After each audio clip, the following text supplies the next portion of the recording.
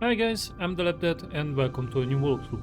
Today we're gonna play with Star Trek Resurgence, which is a 2023 action-adventure video game developed by Dramatic Labs and published by Bruner House. The game was released for Windows PC, Xbox Series S and X, Xbox One, PlayStation 4 and 5 and Nintendo Switch, and it is a single-player game and uses the Unreal Engine. The gameplay is set in a fictional Star Trek universe after Star Trek Nemesis.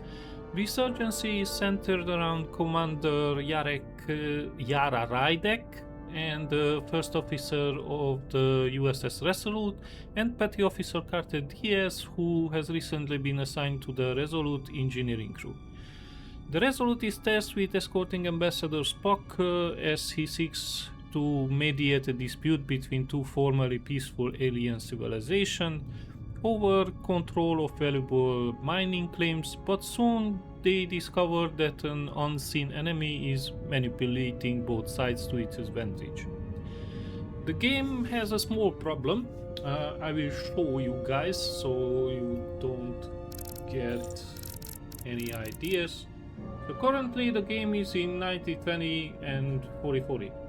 And it can be only played in 2048 536, which is not quite good. As you know, everybody who watches this channel, I play games only in 4K. That's a standard which I do not step over. So what we're gonna do is, there is a workaround floating around in the, let's just say, on the internet, and we will use that to get this game to run in 4K. So that said, let's do this.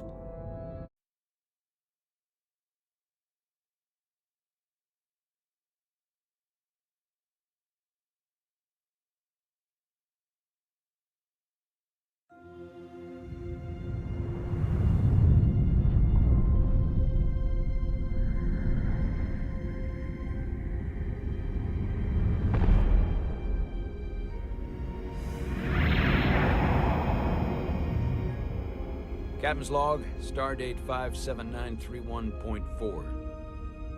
The crew is restless. After spending too many months piecing our ship back together, we're finally about to venture out on a new mission.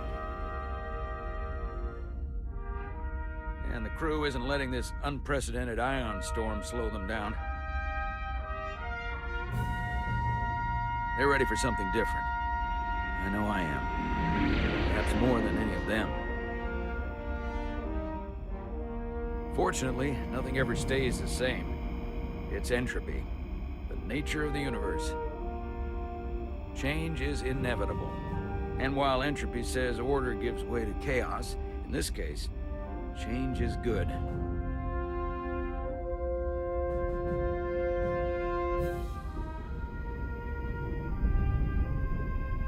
Our new first officer is en route to the Resolute. Jara Rydek. I know she'll bring a welcome dose of new blood to the crew.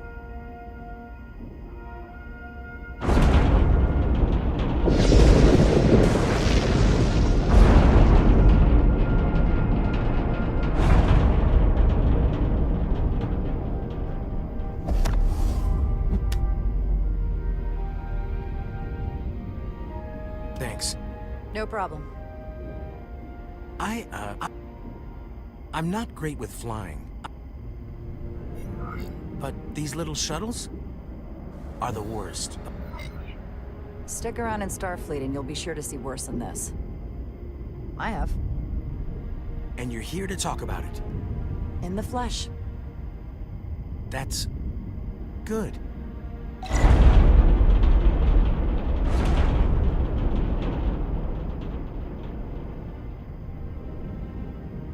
Sorry, I'm a little anxious. I hadn't noticed. I'm on my way to my first assignment. When we get to the starbase, I'm transferring on to the Resolute. So am I. It won't be easy for Jara to step in at the 11th hour like this. But if she's half the officer I knew she could become when she was a cadet at Starfleet Academy, she'll be the XO this ship needs right now.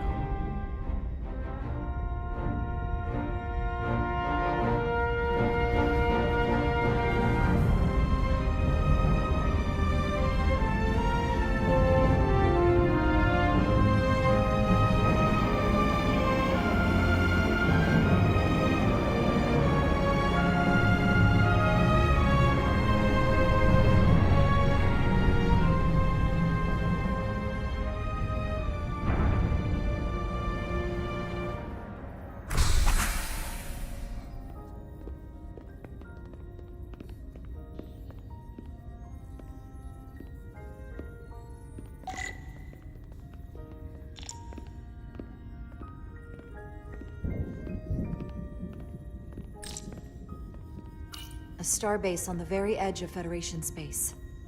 Long way from home now.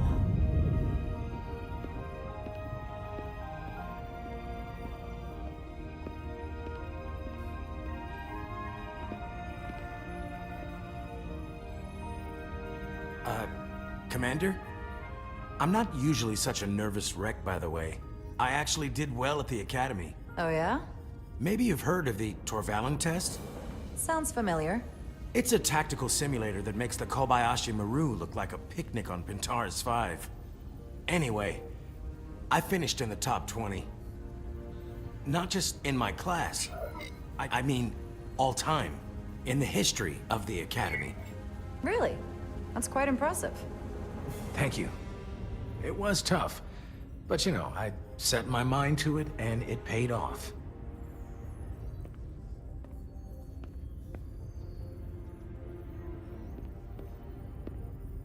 Please place your hand here. Hold it there for a few seconds.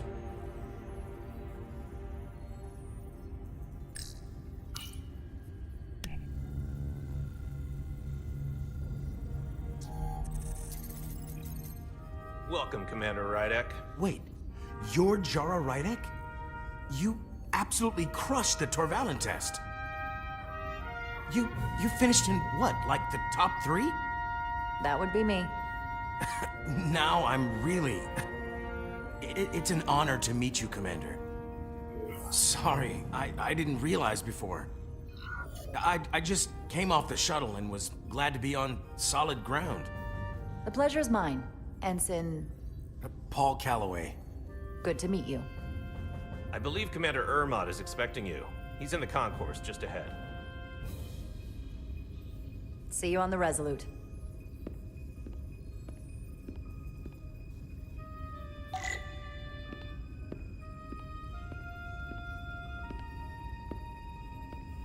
Good day, Commander.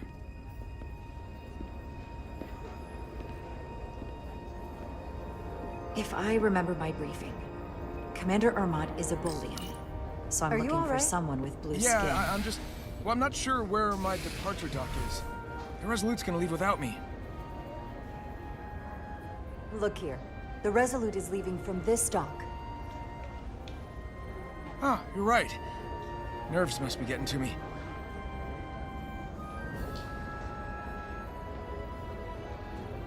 Thanks so much, Commander.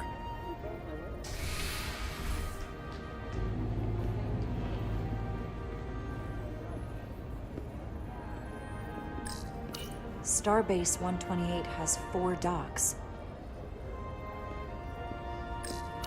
I'll replicate myself a meal once I'm on board. Excuse me.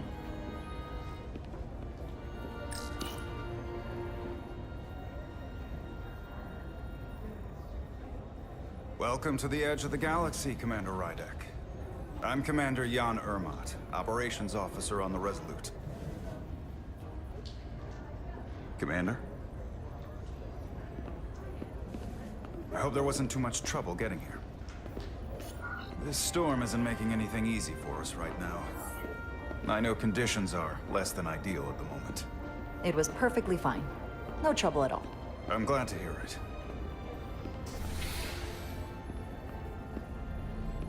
We're grateful you were able to come fill our first officer vacancy at such short notice. From everything I've read and everything I've heard, we're lucky you were available to us. Coming from a premier starship and all. To our little research vessel. You can spare me the flattery, Mr. Ermot. I'm here to work. Duly noted. I'll stick to the matter at hand.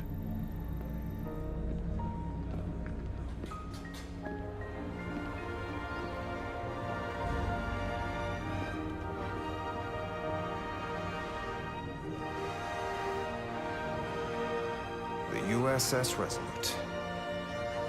She may not look like much compared to the bigger ships, but as far as science vessels go, she can more than hold her own. And she doesn't look so bad considering 6 months ago she was nearly cracked in half, venting plasma, fighting for her life. It was an accident? Equipment malfunction. An accident suggests fault, but no one's to blame. It was a planned test, but the warp core was pushed beyond its limits. It destabilized the dilithium, there was a runaway reaction, and the warp bubble deformed. We thought we could reach a higher resonant frequency, but it was more than she could handle. Cost us our first officer and 22 of our crew. At the end of the day, we're all responsible for each other. I can't even begin to imagine what that must have been like for you.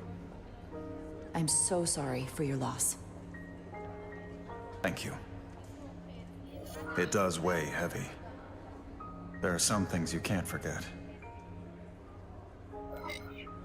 Did you lose anyone close to you? Too many. And to that I'll just say, you have big shoes to fill.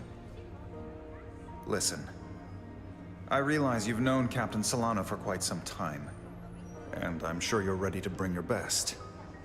But I should warn you that when the captain announced you would be the new first officer, there were those who felt it was a mistake, that he should have promoted from within.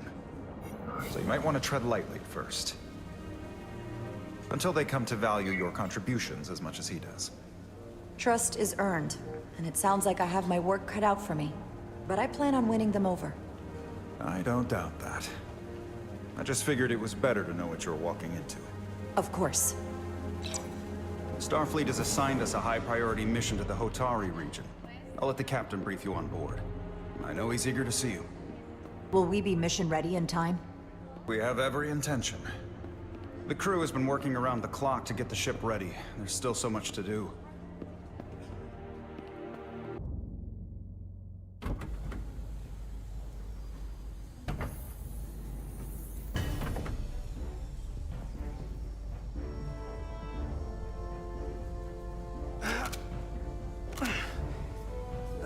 Stuck. I got just the thing.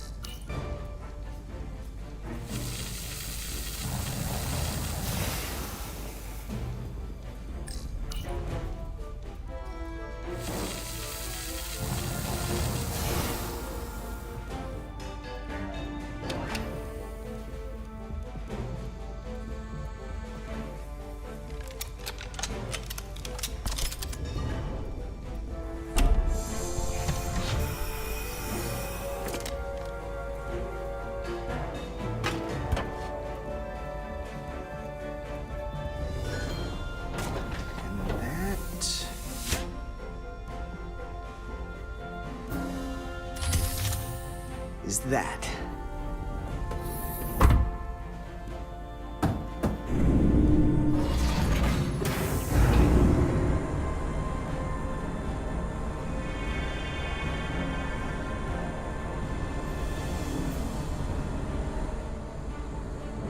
thought that thing was totally fried.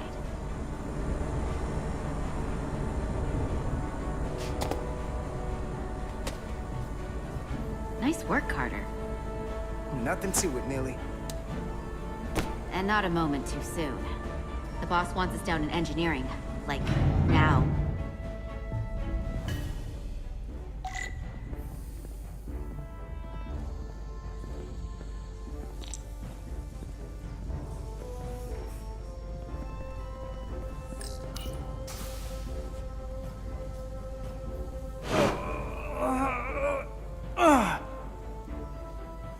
Come on!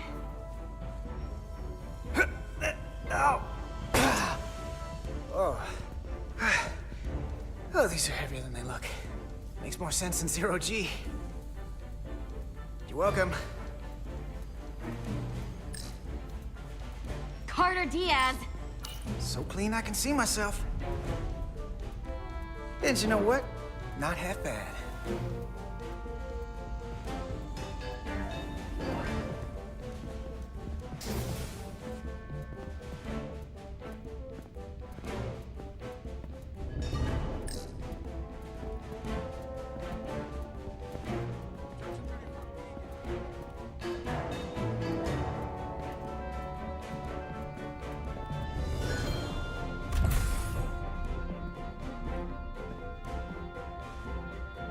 Engineer.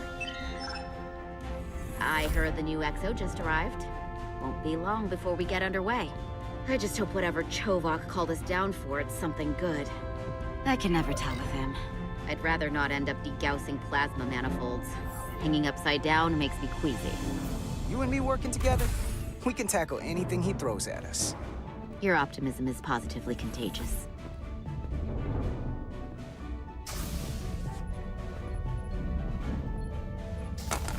Looks like we got here before. Lieutenant Commander Chovak.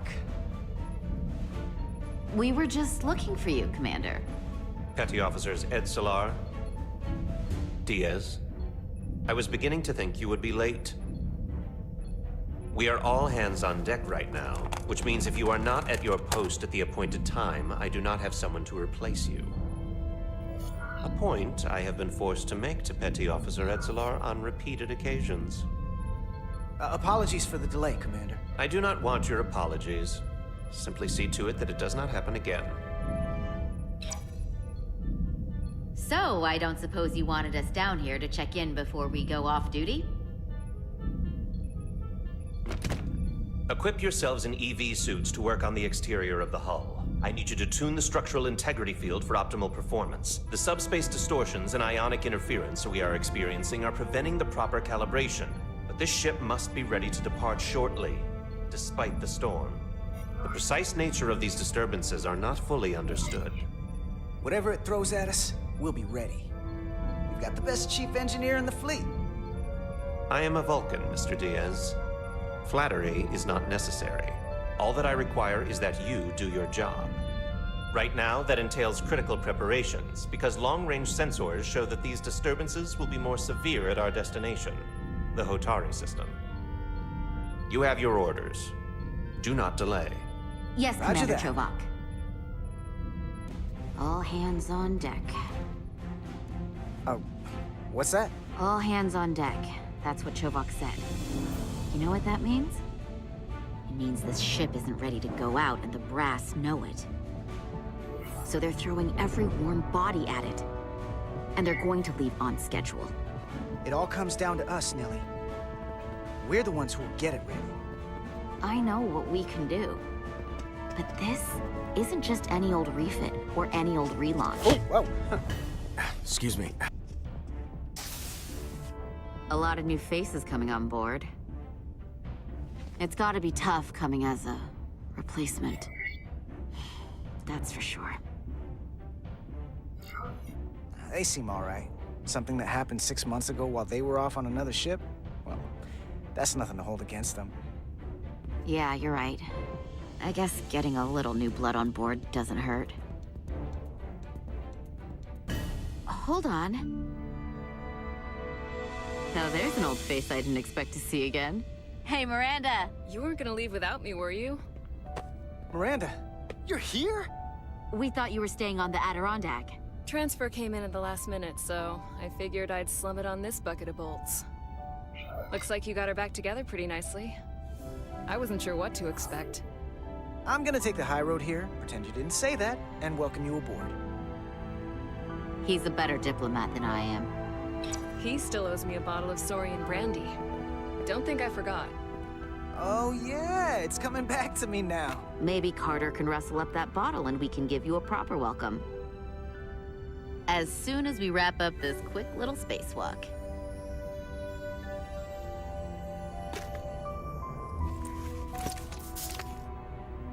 Here, let me help you. Thanks. So what's the word? Are you back in the security rotation? Yep. Still running with the usual suspects. Whoa! Good to go.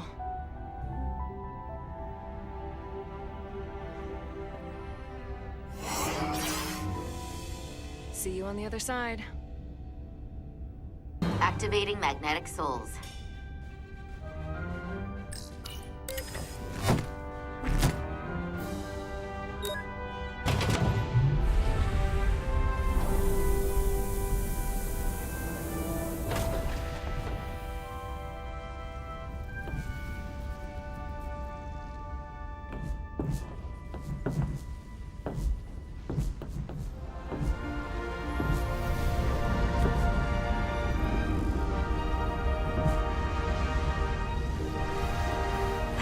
Never gets old. Let's go.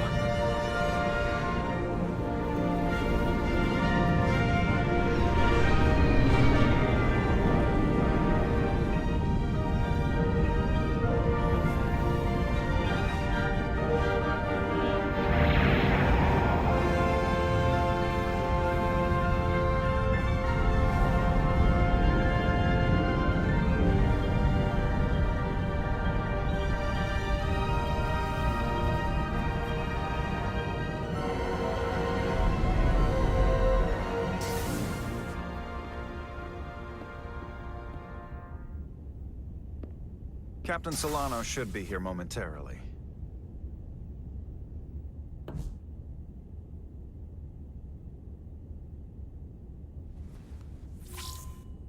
You'll have to forgive me, I don't know much about Kobleods. But my understanding is you need a steady supply of duridium to keep your cell structure stabilized, or bad things start to happen. And we have plenty of duridium in sickbay, so there's no risk of running out. Thank you. Feel free to make yourself at home. And help yourself to whatever you like from the replicator.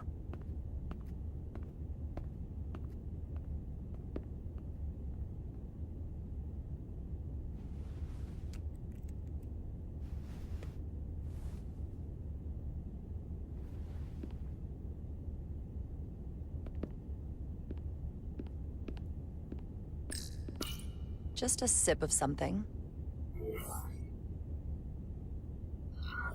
Tea.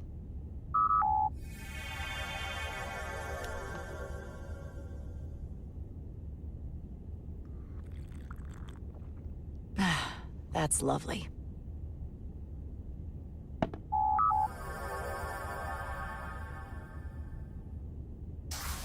Jara Rydek. Last time I saw you, it was graduation from the Academy. You'd already secured one of the most prestigious assignments possible.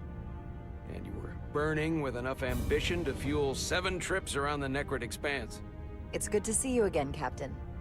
I could not be happier to have you on the Resolute. My only regret is that we couldn't provide you with a warmer welcome. The arrival of a first officer to her new ship deserves a bit of fanfare. That would be totally unnecessary. I don't need any pomp and circumstance. You've been here all of 5 minutes, and already you're trying to make us more efficient. I like it. As I'm sure you've heard, we've had a rough go of it these last 6 months. The ship suffered some damage, but not nearly as much as the crew. You'll have to forgive me. I don't really know the details. Starfleet has been kind enough to keep the story contained, probably because they want to protect me. But I don't mind telling you. We were on the verge of a major scientific breakthrough. A quantum leap forward in warp core technology. 10,000 teradynes per second. The ability to travel at a sustained rate of speed longer and faster than we ever dreamed. What would have been the crowning achievement of my career. Right there, within our grasp. Until it all went so horribly wrong. We pushed her too hard, and a warp core malfunction overloaded the system, creating a pressure gradient way beyond what the ship can handle. It was heartbreaking. We lost some of our best people. As captain, I have to take full responsibility. It was my decision to make, and I have to live with the consequences. We all know the risks when we sign up. There are no guarantees. As much as we tell ourselves otherwise. True. But as captain, my job is to mitigate and manage the risks as much as possible. And that's where I failed.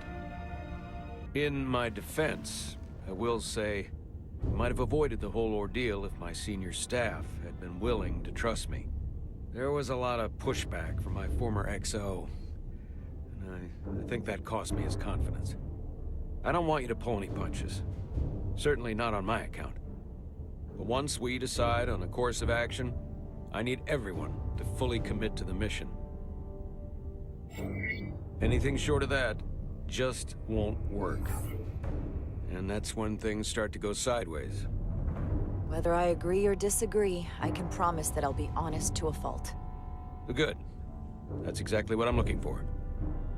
But at the end of the day, it has to be my call. Look, I'll be blunt. We can't afford another mistake. Or at least, I can't. I feel like my career is hanging in the balance here. We need a win. Something to restore the crew's confidence. I understand. On a more positive note, Starfleet has tasked us with what they're calling a mission of the highest priority. Escorting a senior diplomat to Hotari space. Two previously peaceful and otherwise non-aggressive civilizations now find themselves on the brink of all-out war. So it's a peacekeeping mission. I see it as a golden opportunity to not only prove what the Resolute and her crew are truly capable of, but also a mission for which we're uniquely qualified. This ionic storm. Our long-range sensors suggest it's several orders of magnitude stronger than anything on record. A total anomaly like nothing we've seen before. And you'll never guess where it leads. Hotari. Exactly. Very nearly in the precise location where we're headed. Where I imagine the interference will be exponentially greater. So basically, we're being sent into the eye of a storm, more powerful than anything on record. Well, yes. But we're taking every precaution. But I don't want to get ahead of myself. I expect we'll have some rough sledding when we arrive, so I need you to prepare the crew for the worst. There's just one more thing I want to clarify up front. The metric that, for me, will be the ultimate measure of your success. What is it? If after serving as my first officer, you don't one day find yourself with a ship of your own, then I will consider it my personal failure. When that might happen is entirely up to you. But it goes without saying, you have my full support. It's been a dream of mine since before I can remember. So I would be honored to become a captain someday. As long as you're willing to do the work, you have my promise. I'll do everything in my power to see that it happens. Thank you. Come, let me introduce you to the crew.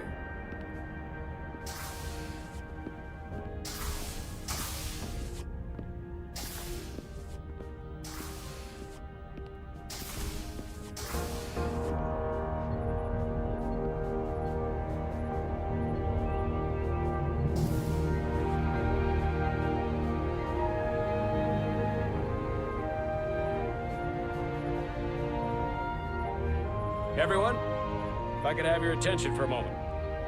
I'd like to introduce Commander Jara Rydek, our new first officer. Some quick introductions. This is Lieutenant Handar, our helmsman, one of the best in the business. One of? Well, what he lacks in humility, he more than makes up for in ability. A pleasure to meet you, Commander. Likewise. Next, we have Commander Westbrook, our Chief Science Officer. I've come to rely on his expert counsel on a regular basis. Pleasure. Commander Rydek, it is such an honor to meet you. This is our Tactical Officer, Lieutenant Bedrosian, who's been looking forward to meeting you for about as long as I can remember. I've been following your career for quite some time, and I look forward to learning as much as I can from you.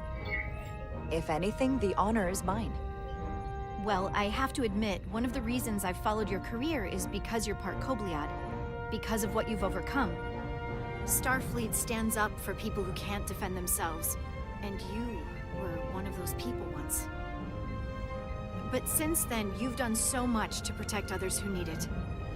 I really admire that. So, you've been something of an inspiration to me. Not that I've done anything close to what you've done. You really do know a thing or two about me. I'm glad I could inspire you, but it's important to chart your own path. Thanks.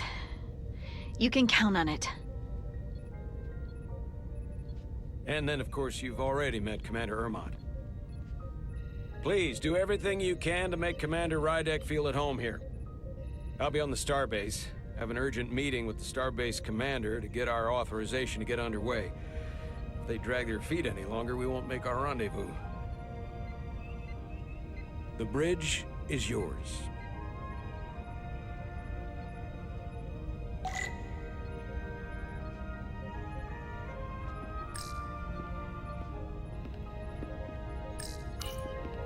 The helm. The Resolute is a refitted Centaur class, meaning it's capable of quick maneuvers. Can't wait to see what she can do.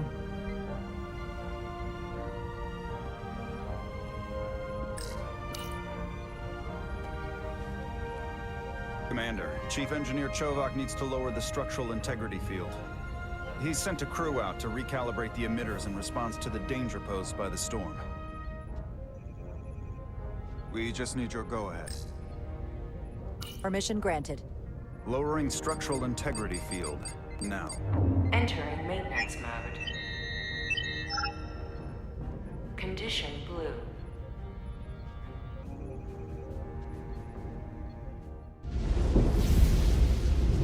The storm is getting worse. Looks like they turned off the SIF. Great. Let's get to that emitter.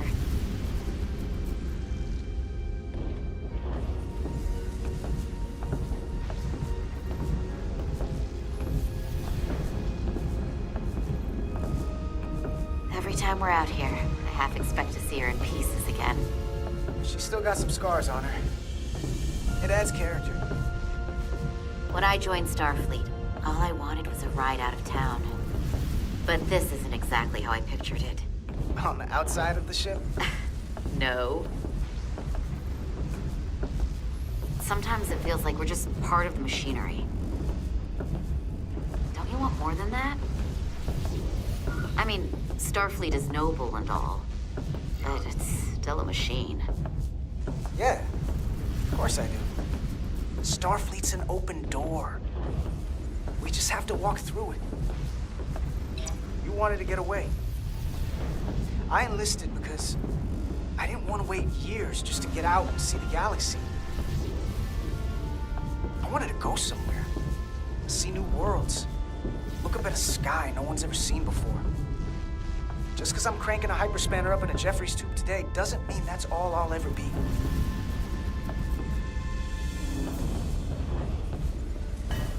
Diaz to Commander Chovak. We are at the SIF emitter. Acknowledged. You may proceed with the recalibration.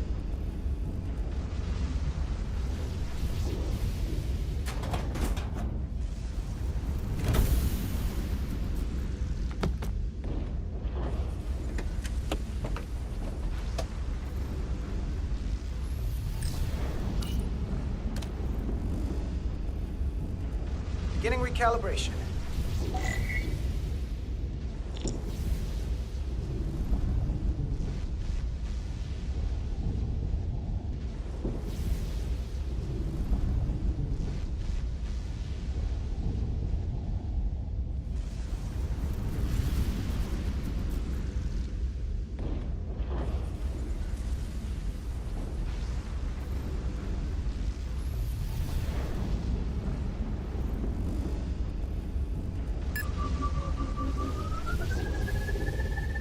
Careful. Too much action and harmonics will deflect the alignment.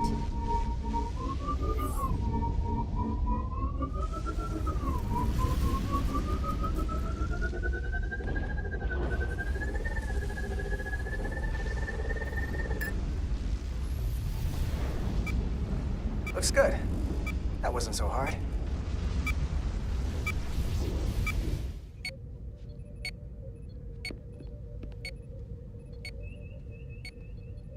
Commander Westbrook, right? Chief Science Officer. You remembered my name and my rank. Impressive. Yes, I'm the Chief Science Officer, and I have the dubious honor of being the most senior officer on this bridge. I know this ship inside and out. Better than just about anyone. Well, I'm so glad you said that. Now I know exactly who to turn to when I have questions. Questions are more Commander Ermont's territory. Captain Solano primarily relies on my knowledge and expertise when he needs answers. I'm curious, though. A Kobliad, or half in your case, is an odd choice for First Officer, given your vulnerable condition and all. But if, as an example, we found ourselves in a hostile situation, and you were suddenly incapacitated because you needed an infusion, what would happen then?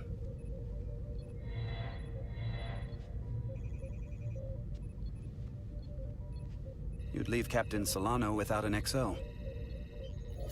Granted, that would be a worst-case scenario, but not outside the realm of possibility. That's very kind of you to be concerned about my well-being. But you don't need to trouble yourself on my account.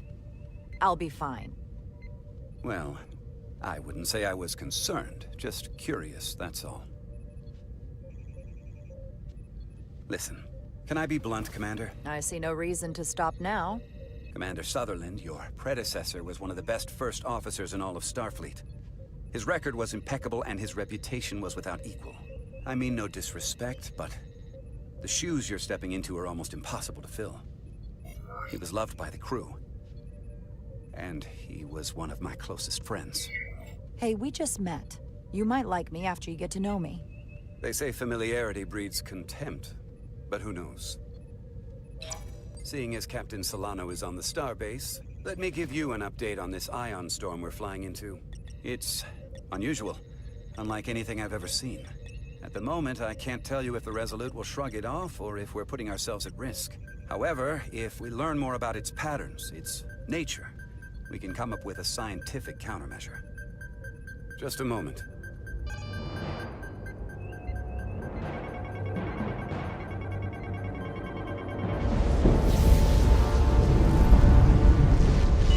We've got a massive energy wave inbound. On screen.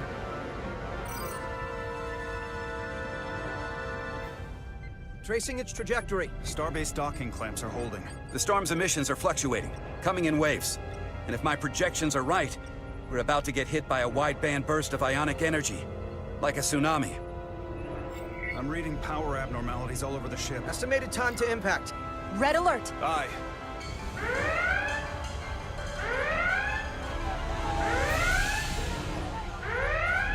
Evacuating main gangway and retracting.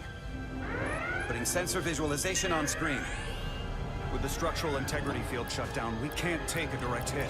Time to impact. 1 minute. Shield systems are severely impacted. We have limited protection. I need every available solution. What are our options? We can weaken the impact of the storm with a deflector pulse. There's a better way. I'm sending all auxiliary power to the deflector dish. Send the aux power to the shields. We can't reactivate the entire shield bubble, but it's a directional threat. So we can orient all we have towards the wave.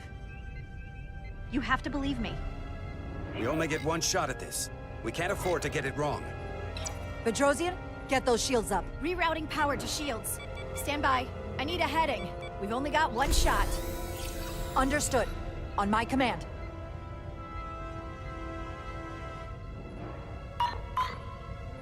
Heading locked. Raise shields.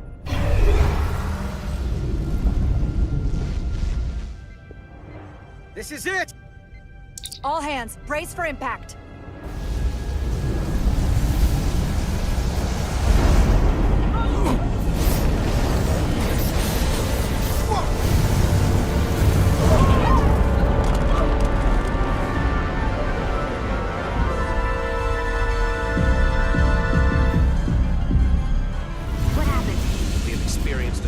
of radiation.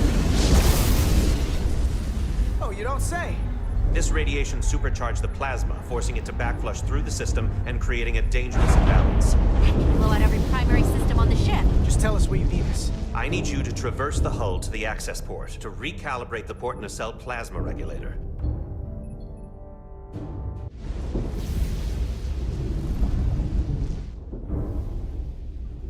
We've reached the first access point. Understood. Do you see the override for the level 1 failsafe circuits?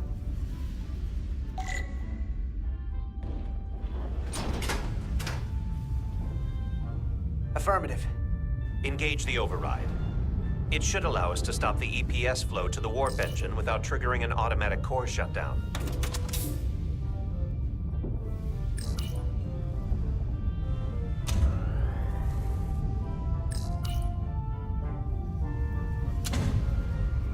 Failsafe override engaged. Are you sure? I am registering some crosstalk in the bypass circuit.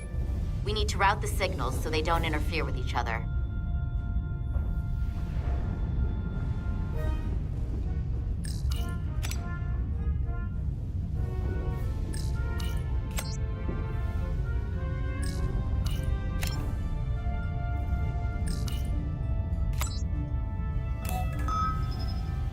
Diaz to Resolute. The failsafes are temporarily disabled. Moving on to the EPS regulator. Heads up, Carter. What is that? One of the discharges coalesced. It's coming right toward us. I'm gonna try to disrupt it with my phaser.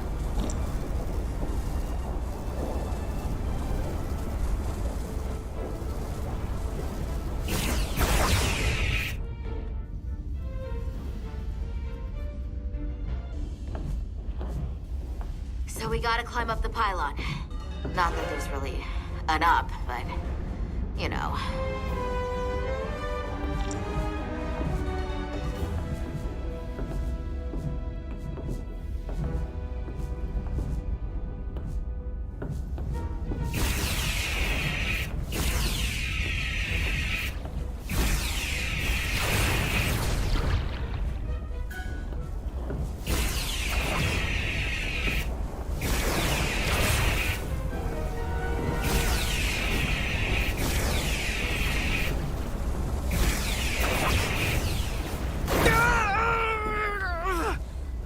Are you alright? Yeah. Suit took most of it.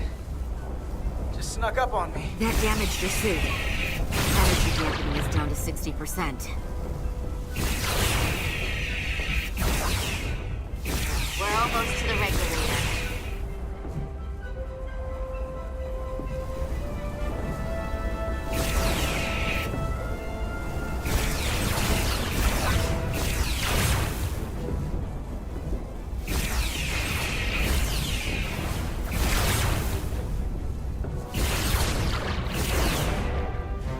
We're at the regulator. Opening the access panel. I am now halting the EPS flow to the port nacelle. We have little time before it causes an overload in the engine. You must work efficiently.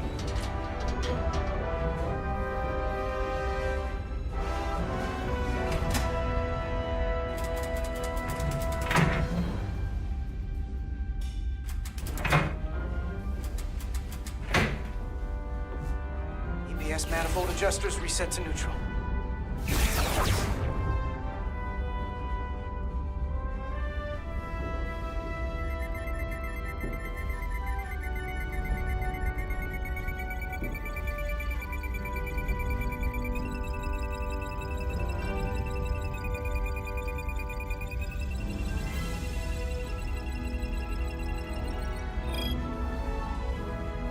EPS lines to the port warp engine are back in balance. Almost done. Once I cycle the manifold nozzles, Chobot can...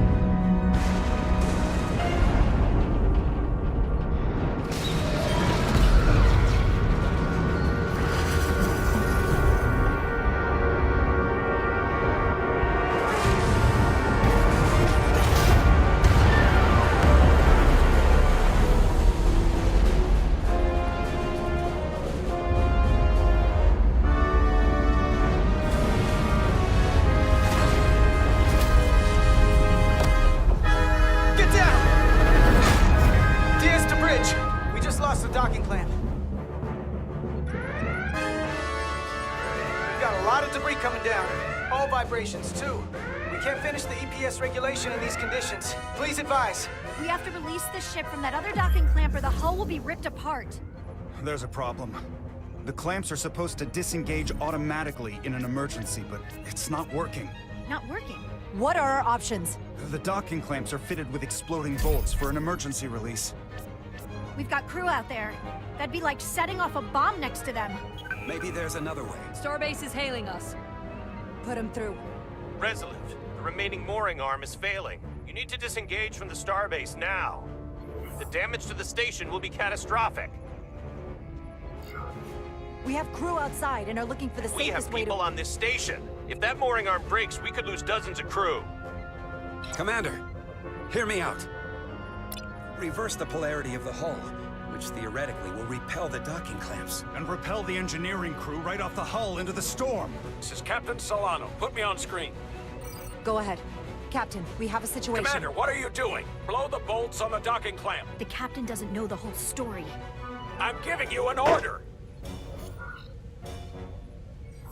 Jara? Captain, you brought me here because you trusted me. Can you trust me now? You better be sure you make the right decision. The captain made himself quite clear. They're gonna get hammered with debris out there. Reverse the polarity.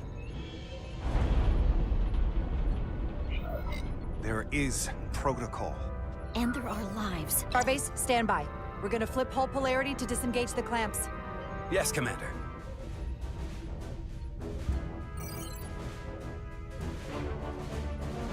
Repair crew, this is Acting Captain Jara Rydek. Be advised, we are going to reverse hull polarity to free us from the remaining docking clamp. Tether yourself and deactivate your boots on my mark. Understood. 8, 7, 6, 5, 4, 3, 2, 1. Mark! Ah!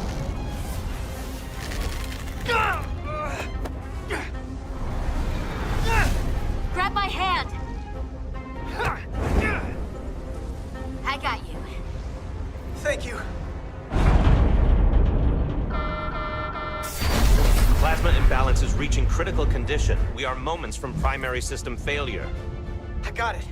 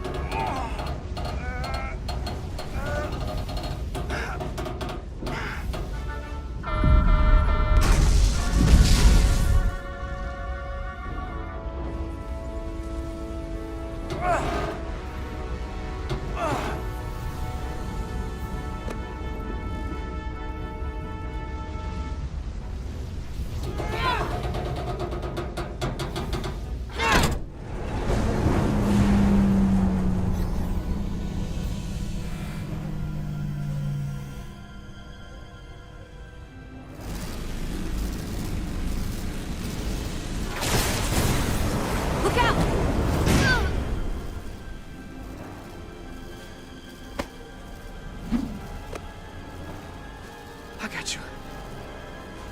Petty Officer Encelar's hurt and unconscious. I'm gonna have to tow her back to the airlock. Mr. Diaz, the situation has changed. You are at risk of triggering a substantial electromagnetic arc if you approach the main hull the way you came. But Commander, the way we came is the nearest airlock. There's an auxiliary hatch near you on the far end of the pylon. You must bring Miss Encelar there to access the interior. Roger that. Going there now.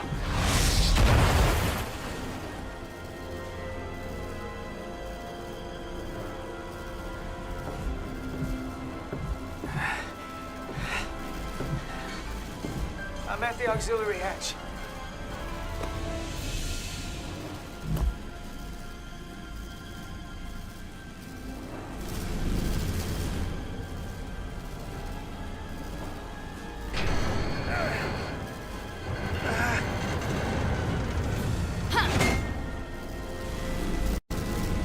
You go first. What? Let me save your neck this time. fight me on this. Get in there! You better be right behind me.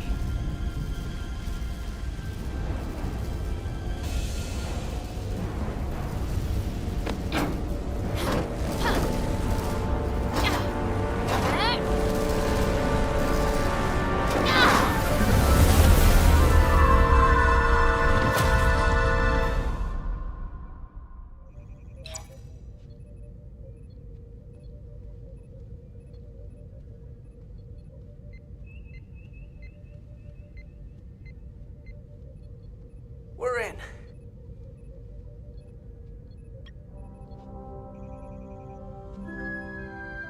They're safe. Bringing the SIF fully online. Do it.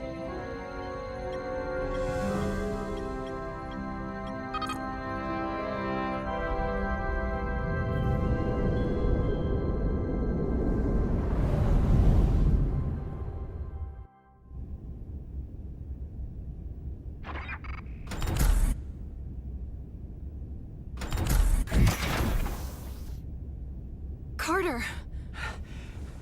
I'm okay. I'm okay. But that's a lot. Here, let me help you.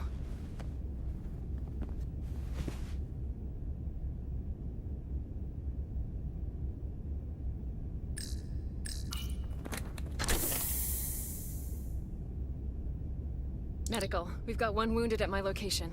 Millie. Oh, man.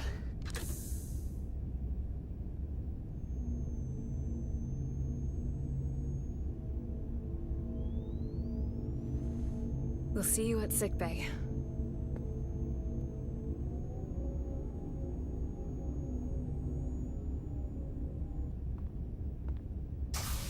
Status report. The repair crew made it inside. EPS flow is back to nominal levels. The SIF is back up. How does this affect mission readiness, Mr. Ermot? Releasing the docking clamps using hull polarity minimized damage to the Resolute. We'll have some last-minute repairs to make, but if we reapportion some of the staff, we can make our departure on time. As of now, however, we are successfully moored to the station. Good to hear. Send updates to my ready room. Commander Rydek, with me.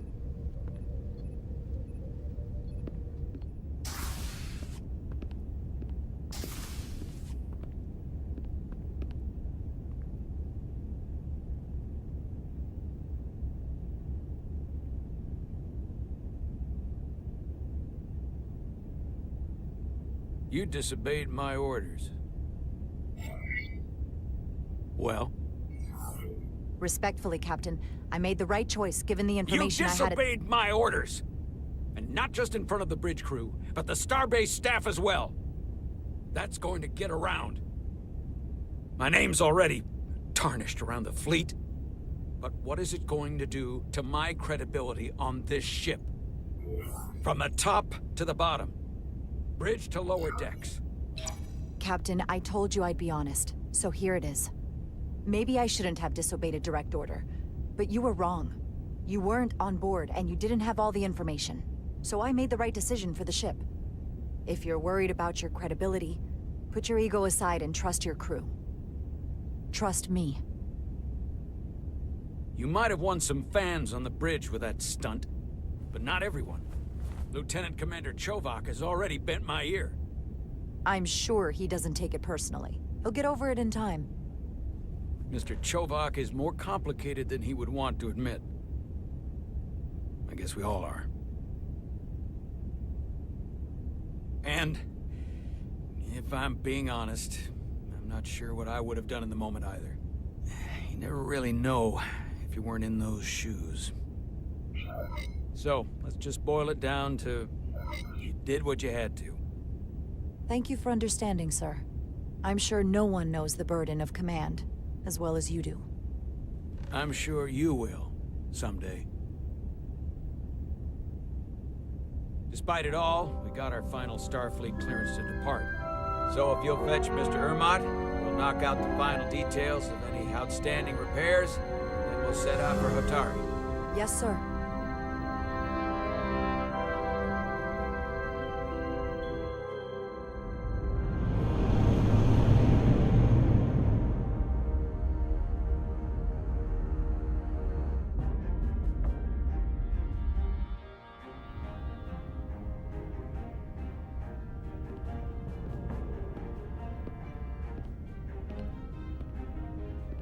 All departments reporting full mission readiness. We've got our full complement on board. This is my favorite moment, right now. The start of a new mission is always full of possibility. The Orion Syndicate could sell it as a drug. Don't let the Admiralty hear you say that.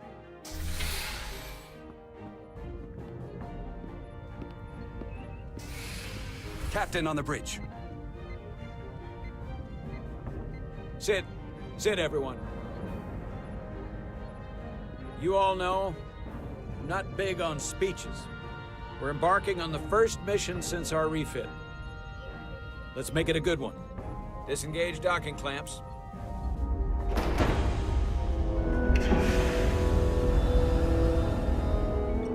Docking clamps released. Thrusters ahead, Mr. Handar.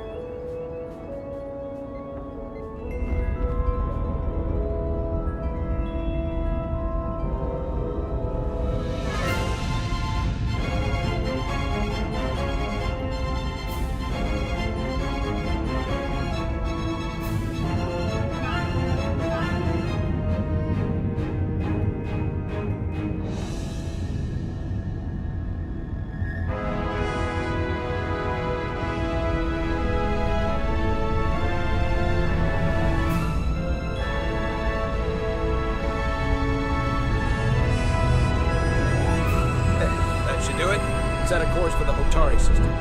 Prepare to go to Warbase. Aye, Captain. You know what? You take this. Me?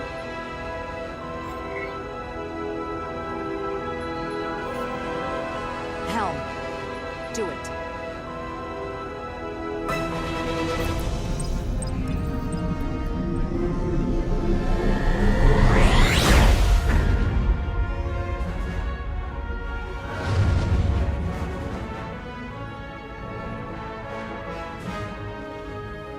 Nicely done.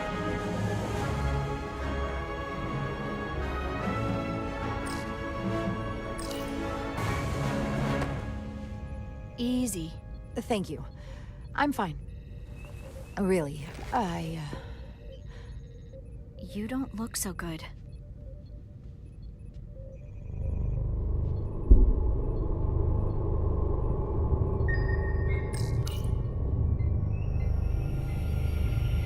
I have to get to sickbay. Go.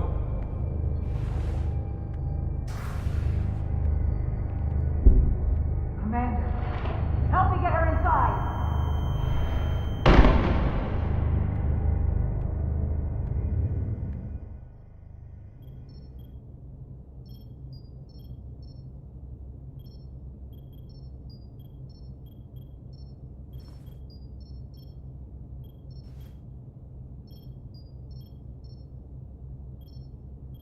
Well, that was quite a scare.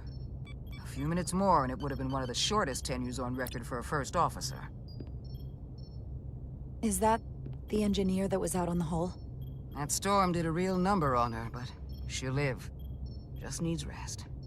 You should worry about yourself. Your duridium levels got dangerously low and destabilized your cell structure. This is definitely one of the more memorable first days I can think of. My name is Dr. Aram Duval, Chief Medical Officer. To be honest, I've never met a Kobliad before. You're... rare. I know. I was going to say special. Your people's numbers have dwindled, despite the Federation's efforts to find a more readily available alternative to the duridium you need to survive. Yet you joined Starfleet, and managed to thrive. I imagine the responsibility must be overwhelming. Maybe even a burden at times. It does make me unique, but it's not a burden at all. I'm honored to be Kobliad, to represent my people. As you should be. And don't worry, I won't treat you like a science experiment. I just do the science and leave the experiments to Solano. You don't agree with his methods? I don't agree with his definition of acceptable risks. Not when the lives of your crew are at stake. My professional opinion is that the accident took a toll. More than he's willing to admit. He's overstressed, operating in the pressure cooker of his own mind. which is never a good headspace when the lives of your crew are at stake. What concerns me is that now he's even further away from the thing he's been chasing his entire career. Breakthrough discovery. The major innovation. Something he can put his name on. I hear you. But that's my job, isn't it? To make sure that doesn't happen. And we don't lose sight of the bigger picture. Which is exactly why I'm so glad you're here. We need you now more than ever. And I have to give you credit for what happened on the bridge. It took guts to defy a direct order. Huh. I guess word travels fast around here. It's a small ship, and everyone's curious about the new XO. Fortunately, your cell structure's almost completely stabilized. And I'll spare us both the lecture, but I do feel it's my responsibility to remind you, without regular infusions of Duridium, you will not live. It's as simple as that. Understood. And my work here is done.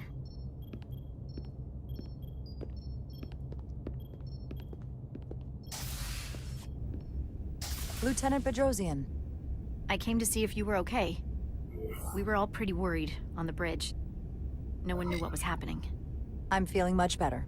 Thank you. It's just part of who I am. You don't have to explain to me. I understand.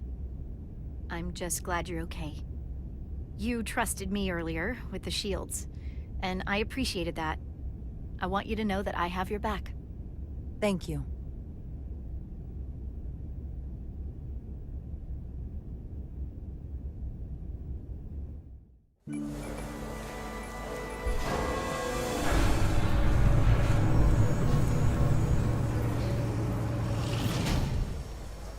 Complete the diagnostic sequence, and this shuttle will be cleared for service. Yes, sir. The storm in the Hotari region will interfere with our transporters, so we need all available shuttlecraft in working order. Excuse me, Commander Jara. Petty Officer Maris, I will leave you to your work.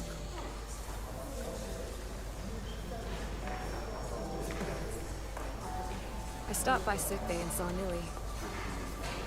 I figured you'd want to know. Did the doc get her fixed up? She's stable. But there's something about the storm's radiation that's making it hard to heal the energy burns. That doesn't sound good. She's toughing it out. Dr. Duval said she'll be back on duty soon, though. Come on. I have to run the final diagnostic.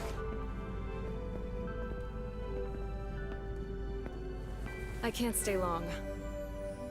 I've got a long to-do list before we get to Hotari, and things are piling on faster than I can check them off.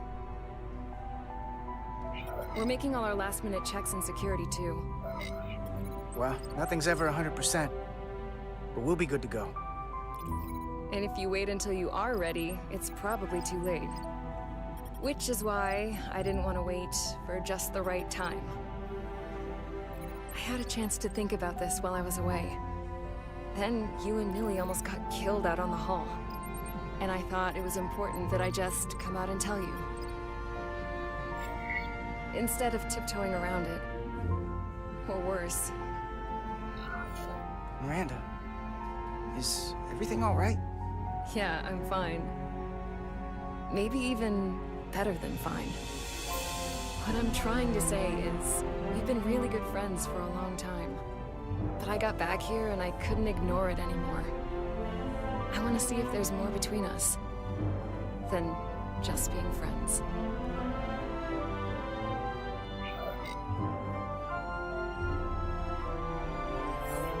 You don't have to explain it. I feel the same way. There is something between us. So, do you want to find out what that something is? If it's there for you, and it's there for me... Are you kidding me? I just said yes. I wanted to be sure I heard that right.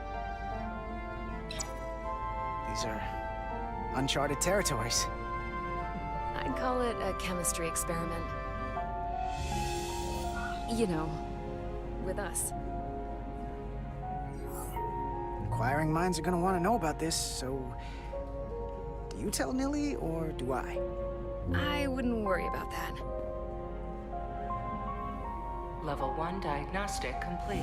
I have to get back to that to-do list. They're probably looking for me. Can't blame them.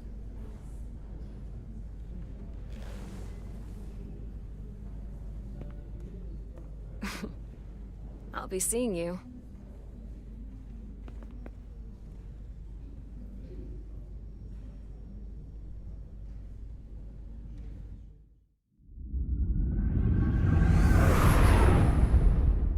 Approaching the rendezvous point outside Atari space. Helm, bring us out of warp. Dropping to impulse. Ionic interference surging, Captain.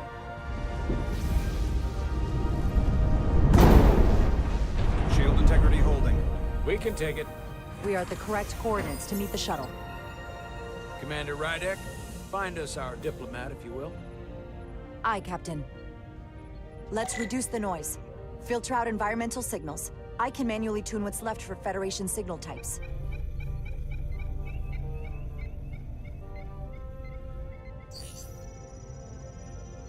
I've located the shuttle. Opening comms. On screen. Shuttle to Resolute. Shuttle to Resolute. Debris field. Lost maneuvering. Losing. I can't get it any clearer. We won't get a transporter lock. It's just not happening.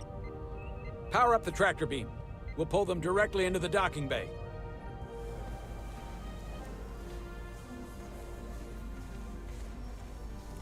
Diaz, you good to run the tractor emitter? Yes, sir.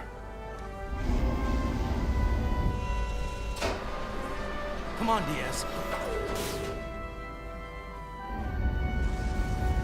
First thing, lock onto the shuttle and stabilize the rotation.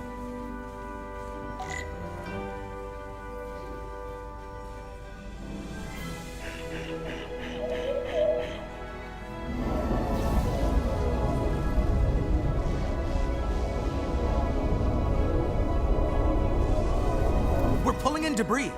I'm on it.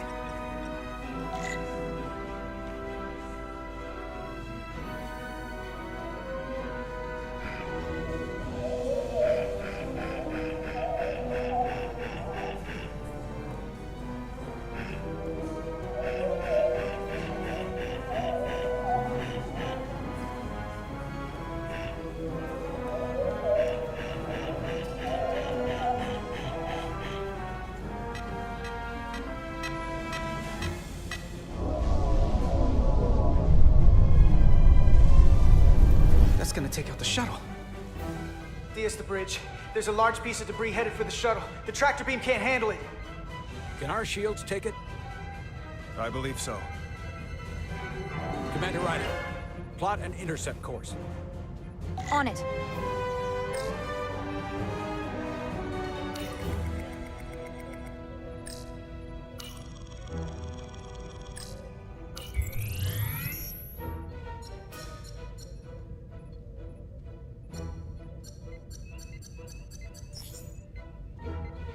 Here we go. Maneuvering thrusters bearing 53 Mark 17, 200 meters on an intercept course. Maneuvering.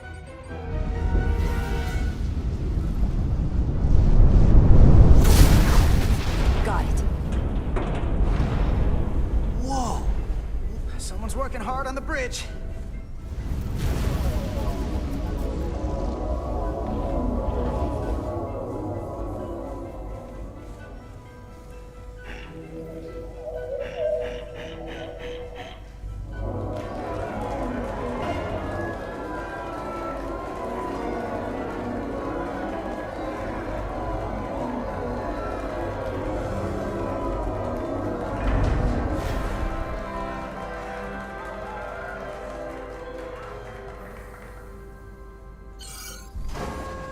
Got the shuttlecraft on board. Good job. We're on our way down to meet them.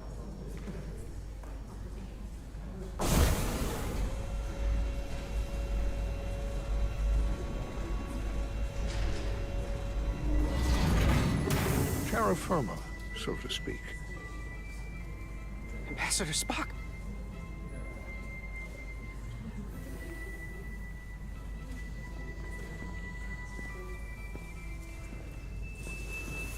Captain will be right down to meet you, sir. In that case, I will wait for him here.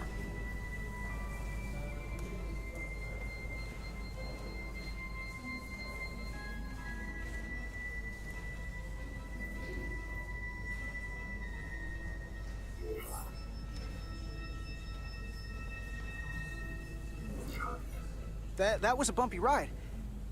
Are you all right, sir? There are some elements of space travel that I would prefer to have left in my youth. But I am, at present, unharmed by the ordeal. It appears I have you to thank for my safe arrival. Your assistance arrived not a moment too soon. Well, it wasn't all me. I got some help from upstairs. A bombastic approach to clearing debris. We thought we were prepared for our arrival in Hotari space, but it is evident my craft was not sufficiently robust for such intense ionic activity. The storm has been pretty intense. There was an element that was most unusual. Before you came to our aid, our maneuvering thrusters and impulse engines were rendered inoperable. So we attempted a short traversal at warp speed, only to find that we could not achieve warp at all, even though our diagnostics computer showed no faults or anomalies. What do you make of that?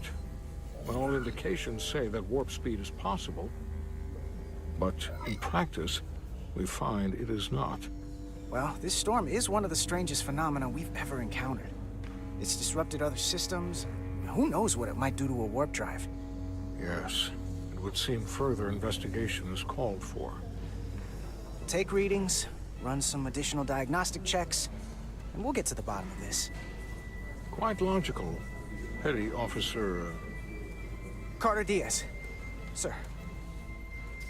Thank you. Ambassador Spock. Excuse me. I'm honored to have you aboard. I'd like to get right to it. We're already behind.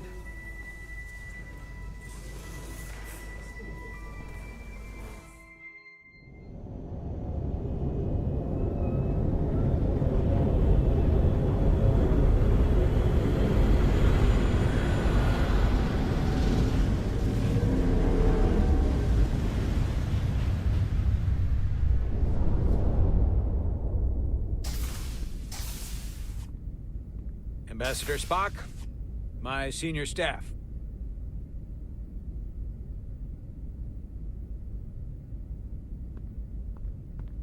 It's not every day that a captain gets to welcome a Starfleet legend aboard. You flatter me, Captain Solano.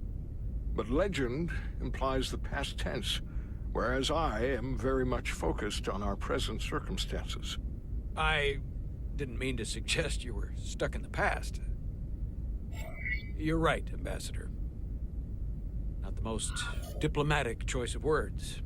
Your experience comes from the past. But our present situation calls for it. True enough. We were hoping you could fill us in on the details. We got the basics from Starfleet. Two formerly peaceful neighbors are now on the brink of war. Indeed, and the tension between them grows fiercer by the hour.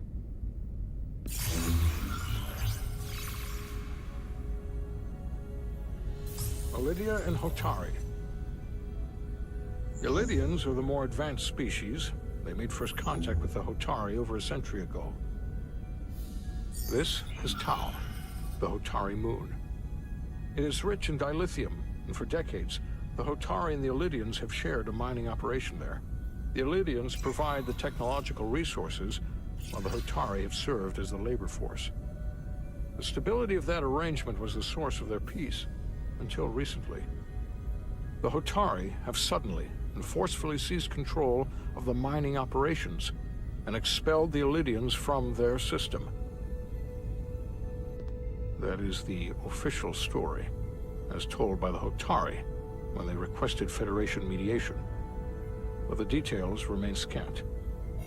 Communications between all parties have been limited by the ionic interference.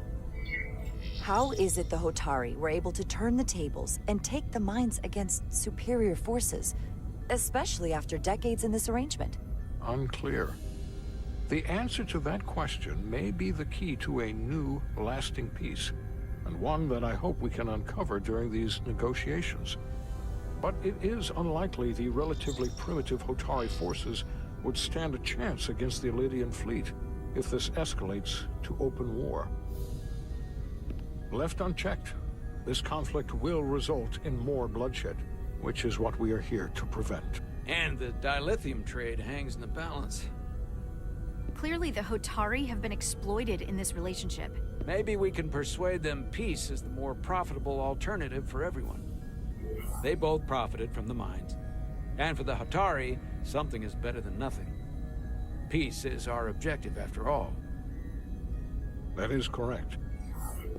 If we could convince them, it would restore the peace. But we would need the Hotari to accept a difficult compromise. Made all the more difficult by the emotions flaring on both sides, no doubt. Neither the Elydians or the Hotari are members of the Federation, so we can't make them do anything. There is an additional complicating factor I should mention. In the past, the Federation has relied on the Elydians as a source of dilithium. That certainly changes things. Federation sources its dilithium from a lot of places. Yeah, and this is one of them. We could use that as leverage with the Elydians. They'll want the Federation to continue buying from them. There might be something to that, Commander. Putting that on the table could make the Hotari more hostile. Given the Federation's involvement in the Elydium dilithium trade, Captain Solano and I must make every effort to appear neutral in these negotiations. What worries me is if this whole thing unravels, and we're at the mercy of the storm at less than full strength. We can't let it come to that. Considering what the Ion Storm has done to our ship, and the Ambassador's shuttle, we have to assume the Elydian fleet has had problems with it as well. This recent surge in the energy disturbance temporarily levels the playing field. Commander Westbrook is correct. The energy anomalies around the Hotari systems have been noted in the past. But they have never been observed on the orders of magnitude we have seen in recent weeks. If it's keeping the two sides talking instead of shooting at each other, that actually helps us negotiate a peace. And we'll take advantage of that as long as it works in our favor. And when it doesn't? All the more reason to learn as much about it as we can while we are here. We do not want to be caught unprepared, should the energy anomaly continue to fluctuate. So I trust we understand our circumstances. We're operating on a strict timetable here, and we're going to be leaving for the negotiations shortly. Commander Westbrook, I want you to leverage our systems to investigate the anomaly from here while we're gone. Aye, Captain. Thank you all. Dismissed. I want to speak to both of you privately.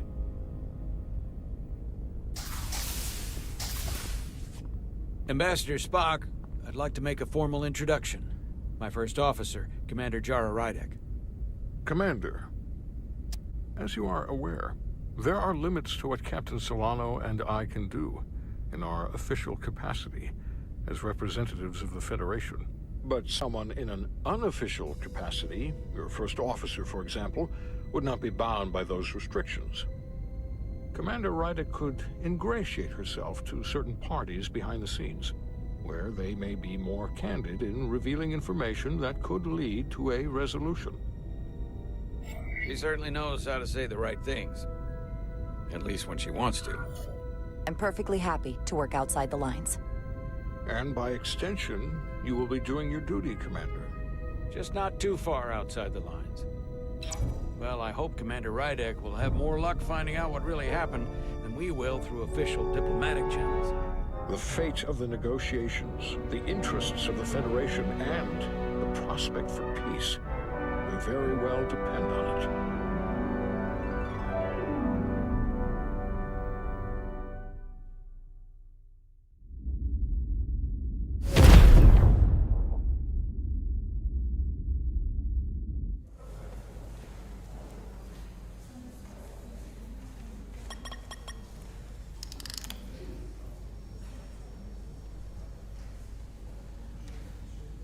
Mr. Diaz, I understand you have already discussed the warp drive failure with Ambassador Spock? I have. It is imperative that the Ambassador's shuttle be flight ready. I need you both to ascertain the root cause of the system failures he encountered. I'm surprised, Commander. I thought you would have wanted to work on Ambassador Spock's shuttle yourself. I respect the Ambassador and his many accomplishments, but I do not derive any satisfaction from interacting with his shuttle as if it were somehow transubstantiated through its association with him. Especially when I have the entirety of this starship to concern myself with. When you look at it logically, yes, it is just a shuttle. No different than any of the others. There is plenty that is different about it, and that is what you are to investigate. But please limit your findings to observable scientific phenomena. We'll try to restrain ourselves. Then I will leave you to it. Make note of any abnormalities in your report. Carry on. One nice thing about Vulcans. Chovak is the only person who didn't look at this and treat me like I was something to pity. Doc says I should get used to it. Doesn't mean I want to be reminded of it every minute of the day. Hey, you won't get pity from me. I think it makes you look tough. As tough as you really are, that is. And that makes you sound pretty smart. I might need you to save me from myself next time, though. Come on. Let's get to the bottom of this.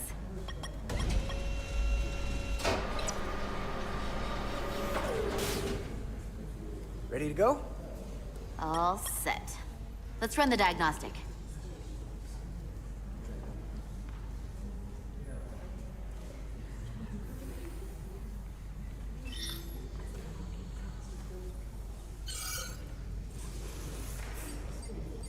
So, I know about your talk with Miranda. You do? She sent me a Priority 1 dispatch right after your conversation. I'm happy for you. Both of you. Thanks. But I'm only going to tell you this once. Don't screw this up. Because I would be very unhappy if you tried this out and then, I don't know, 6 weeks or 6 days later, I have to start splitting holidays between the two of you. All because things went south and you're not on speaking terms. That's not gonna happen, okay? And why are you even going there? We haven't even gone on a date yet. I just want you to know where I stand. I like my friends and I like our group. I don't want to lose that. Is that thing done yet? Yeah, it's wrapping up. Let's see. The relays along the primary EPS are blown. The backup relays are all intact. An EPS overload from the warp drive could cause that. But how did the shuttle end up dead in the water? Huh. Well, maybe the ship's data recorder can tell us something.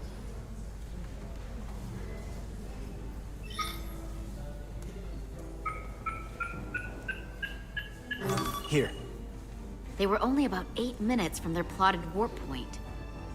No faults, just those warnings. What are they?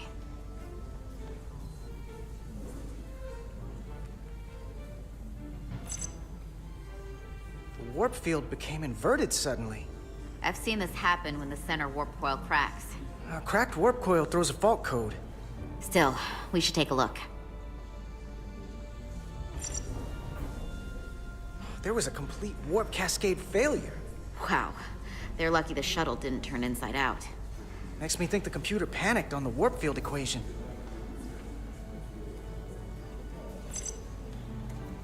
Subspace variance out of tolerance. What does that mean? It means the main navigation array lost sight of space somehow. Will the array going offline cause that? Yes, but it should have also thrown a fault code. Any one of these failures should have thrown a fault. If it was caused by a system failure. None of this caused the relays to blow. Roll forward to when that happened. Yes, ma'am. So here, they take a moment to get their bearings and they attempt to re-engage the warp drive. There. That's the relays blowing. And look, there's another warp system alert. They're all the same. Subspace variance out of tolerance, or warp inversions. Finally, there's a complete warp cascade failure. Then it's one of two things. Either a warp coil is cracked, or the navigation array is offline. That makes sense. Divide and conquer. You want to check the warp coils or the navigation array? I'll check the other. Let's not overcomplicate this. One of these systems is likely broken. I'll check the navigation array.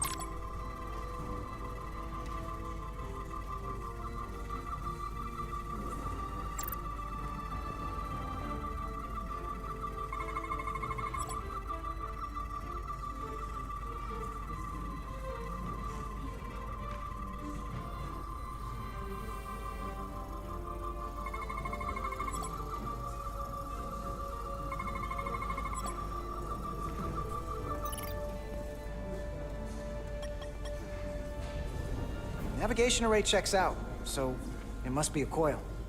Except it's not. Checked and double-checked. Well, the readings don't lie. Here comes the security detail for the way team.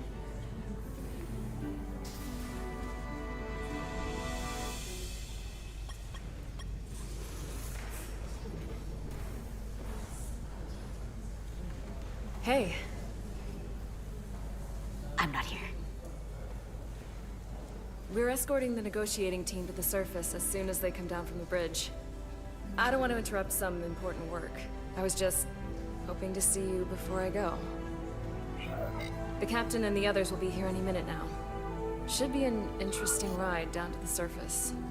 Come on, I'm never too busy to make time for you. That's not true. No, but I am glad you came by. Now that's more accurate. I gotta be precise with you, huh? Hey, Maris. Aren't these those button pushers you're always hanging out with?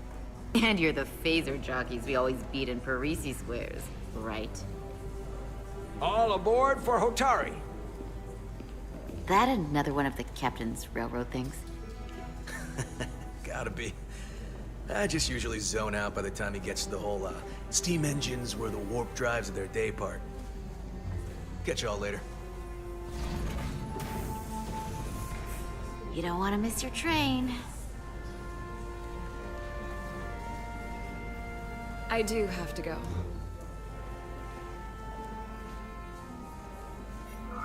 Not gonna lie, I'd rather not leave right now.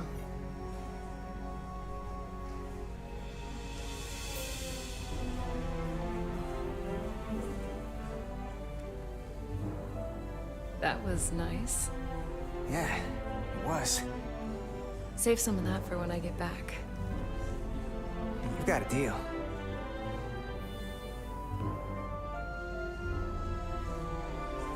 Be seeing you.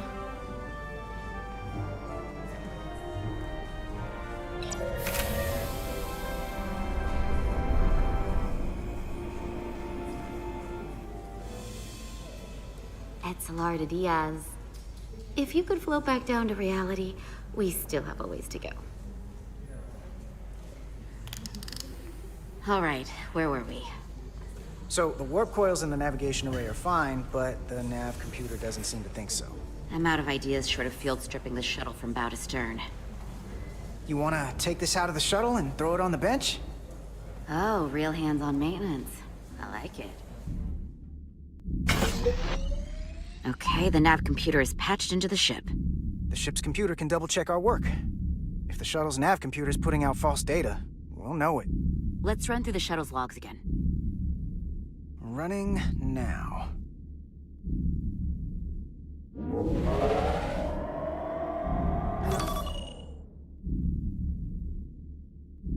Same. Warp field inversion and a cascade failure. However, the Resolute computer doesn't show the same subspace variance. We're in the same conditions that the shuttle was in when it failed. Why wouldn't the ship's computer get a matching result? What if the subspace variance was a momentary occurrence? That's a possibility, and it would explain why the simulation under our current sensor readings failed to reproduce the issue. But a subspace anomaly strong enough to cause a warp field collapse would leave graviton ripples for days. Let's run with the momentary subspace variance theory for now. Roll forward to the shuttle's attempt to re-engage the warp drive. We need the conditions of space around the shuttle at the moment of warp failure. Resuming simulation.